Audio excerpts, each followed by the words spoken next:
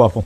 Right, mason గారు చెప్పండి. ఈ పెట్రోబాదుడు గాసి సార్, ఇప్పుడు ప్రభుత్వాలు ఉండి ప్రభుత్వాద నేతలంతా కూడా నిద్రపోయేవాడిని లేపచ్చు సార్. ఇప్పుడు వీళ్ళు నిద్రపోవట్లేదు సార్, కపట నిద్ర, జస్ట్ నటిస్తున్నారు. మనకు తెలియదన్న మాదిరి, ప్రజలకు తెలియదన్న మాదిరి నటిస్తున్నారు సార్. ఈరోజు రాష్ట్ర ప్రభుత్వానికి ఒక కొటేషన్ ఇవ్వచ్చు సార్. లూటీ బాబు లాఠీ బాబు. ఈ ప్రభుత్వానికి పేరు ఇప్పుడు లూటీ బాబు లాఠీ బాబు అని పెట్టాలి సార్. అంటే లూటీ బాబు అంటే పెద్దబాబు సార్, చంద్రబాబు గారు.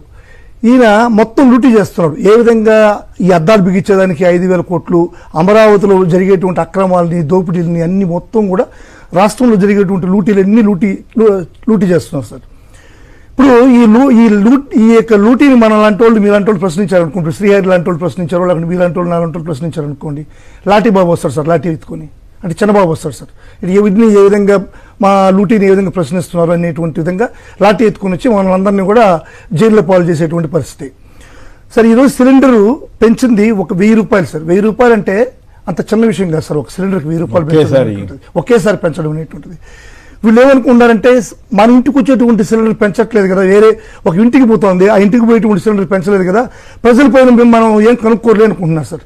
మన ఇంటికి ఏ విధంగా మన ఇంట్లో ఉండేటువంటి సిలిండర్ని వాడుకుంటామో మనం, ఎంత భారం మనకు పడుతుందో అదేవిధంగా కమర్షియల్ సిలిండర్లు కూడా పడేది హోటల్లోకి కాదు సార్. హోటల్ కట్టేది హోటల్లోనే, 1,000 రూపాయలు కట్టేది హోటల్లోనే.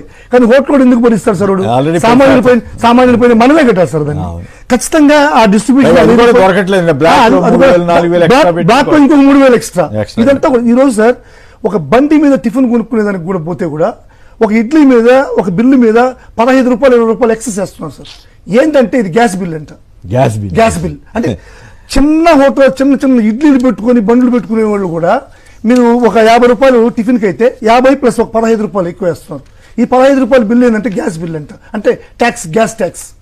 ఇప్పుడు ప్రభుత్వానికి సడన్ గా ఎలక్షన్ అయిపోం కానీ ఇది పెంచాలనేటువంటి జ్ఞాపకం వచ్చింది సార్. అది ఎలక్షన్ ముందే పెంచి ఈ విధంగా మేము పెంచుతున్నాం, పెంచిన తర్వాత కూడా మాకు ఓట్లు ఏంటి అని చెప్పి ఓట్లు ఎలక్షన్ పోవచ్చు కదా.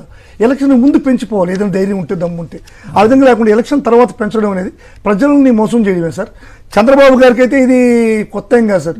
ప్రతిసారి ఆయన ఇచ్చినటువంటి ప్రతి హామీలను కూడా ఏ విధంగా ప్రజలకు ముందు హామీలు ఇచ్చి ఎలక్షన్కి పోయిన తర్వాత ఏ విధంగా మోసం చేస్తారో తెలుసు. ఈ గ్యాస్ కూడా ఒక విధంగా చెప్పాలంటే ప్రజల దగ్గర నుంచి లూటీ చేసుకునేటువంటి విధానమే సార్. ఈ రోజు చంద్రబాబు నాయుడు గ్యాసే కాదు సార్, ప్రతి అన్ని విషయాల్లో కూడా సార్. ఇప్పుడు ఇంచుమించుగా 2,500 కోట్ల రూపాయలు అద్దాలు ఫిక్స్ చేస్తానంటే అమరావతిలో ఒక స్పెషల్ ఫారిన్ నుంచి అద్దాలు తెస్తాడంట. అదేం అద్దాలో మనకు తెలియలేదు సార్. ఆ అద్దాలు స్పెసిఫికేషన్ తెలియదు. చంద్రబాబు నాయుడు గారిని మనం ప్రజలంతా కూడా సూటిగా ప్రశ్నించాలి సార్. ఒక 500 కోట్లు ఉంటే ఒక మెడికల్ కాలేజ్ అయిపోతుంది. ఫీజు రీయింబర్స్మెంట్ లేదు. కనీసం కొత్త పెన్షన్ చంద్రబాబు నాయుడు గారు వచ్చిన తర్వాత ఇప్పుడు ఈ యొక్క 2 సంవత్సరాల కాలంలో కొత్త పెన్షన్, వికలాంగుల పెన్షన్లు కానీ ఏ పెన్షన్ కానీ ఒక్క పెన్షన్ కూడా ఇవ్వలేదు. ఇవన్నీ ఇవ్వకుండా ఈరోజు అద్దాలు పెట్టాల్సిన అవసరం ఏంటి సార్? ఇంకొక విచిత్రమైన విషయం సార్, మనం చెప్పాలా, పోలవరం పనులు ఆగిపోయినాయి సార్, కానీ అమరావతి పనులు ఆగలేదు సార్. అంటే డీజిల్ లేదని చెప్పి పోలవరం పనులు ఆపేశారంట, అమరావతి పనులు సాగిస్తున్నారంట. అంటే మీకు అమరావతిలో దోపిడీకి అంత ఆస్కారం ఉందా, పోలవరంలో దోపిడీకి లేదా ఆస్కారం లేదా అనేటువంటి ప్రజలు కూడా చర్చించుకుంటున్నారు సార్. రైట్, మీరే అంటారు సార్? ఇప్పుడు ఎక్కడైనా సరే టెండర్ వ్యవస్థలో ఎప్పటి నుంచో వచ్చే ఆనవాయితీ ఏంటంటే, ఎవరైతే లోయెస్ట్ ప్రైజ్కి కోట్ చేస్తారో వాళ్ళకి ఇవ్వాలి. ఆ తర్వాత ఆ ప్రక్రియని స్టార్ట్ చేసి ఆ కాంట్రాక్టర్ చేసేటప్పుడు క్వాలిటీ అనేది ప్రభుత్వం కానీ ప్రభుత్వ వ్యవస్థలు కానీ ఆ క్వాలిటీ ఏదైతే మనం టెండర్ క్వాలిటీలో పెట్టామో అది మెయింటైన్ చేయాలి. ఇప్పుడు దీనికి ఊతం పోసే మాదిరిగా జగన్మోహన్ రెడ్డి గారి ప్రభుత్వాలు మీరు చూసారంటే సార్, ఒక టెండర్ అయిపోయిన తర్వాత కూడా రివర్స్ టెండర్ అనేటువంటి సిస్టమ్ తీసుకొచ్చారు సార్ జగన్మోహన్ రెడ్డి గారు. అంటే ఇంకా ట్రాన్స్పరెంట్గా ఉండాలి టెండర్ వ్యవస్థ అనేటువంటిది. ఇప్పుడు చంద్రబాబు నాయుడుకి ఒక అలవాటు ఉంది సార్. తను చెప్పిన పని, తను అనుకున్న మాట నెరవేరకపోతే తను ఏదో ఒక విధంగా సాధకారం చేసుకోవాలనేటువంటిది ఆయన ఒక ఆనవాయితీ. మీరు అమరావతి విషయంలో మనం చూసారంటే సార్, శివరామకృష్ణ గారి కమిషన్ వేశారు సార్. ఫస్ట్ వేసినప్పుడు అమరావతి నాట్ సూటబుల్ అని చెప్పని అది ఇచ్చింది. ఆ తర్వాత దానికి విరుద్ధంగా నారాయణ కమిటీని ఒకటి వేశాడు. అంటే తన మాట అమరావతిలో కట్టాలన్నటువంటి ఒక మాట నిరూపించుకోవడం కోసం. ఇది ఆల్రెడీ ఈ విషయంలో కానీ టీటీడీలో కానీ ఆల్రెడీ సుప్రీంకోర్టే ఒక సిట్ వేసింది. దాంట్లో కూడా మీ అధికారులే 2 ఉన్నారు సార్, రాష్ట్ర ప్రభుత్వానికి సంబంధించిన అధికారులు 2 ఉన్నారు. అది ఒక నివేదిక ఇచ్చింది, ఆ నివేదిక ప్రకారం పోతుంది. అది కోర్టుకి సబ్మిట్ చేసింది. దాని వివరాలు ఇంకా రావాలా, దోషులు ఎవరో చెప్పాలా అనేటువంటిది. ఈ కమిషన్ కూడా డైరెక్ట్గా చెప్పేసింది సార్. దాంట్లో కరుణాకర్ రెడ్డి గారికి కానీ వైవి సుబ్బారెడ్డికి కానీ ఎటువంటి సంబంధం లేదు, వాళ్ళు విచారించాల్సిన అవసరం లేదంటే హడావుడిగా ఇంకో కమిషన్ వేశాడు ఆయన. ఎందుకంటే మళ్ళీ ఆయనకు సొంతంగా ఆయన కమిషన్ వేసి దానికి ఆయనకు అనుకూలంగా ఒక రిపోర్ట్ని తయారు చేసుకోవాలి. సార్ నాకు పాపం చంద్రబాబు నాయుడుకి ఒక సూచన ఇస్తున్నాను సార్ నేను.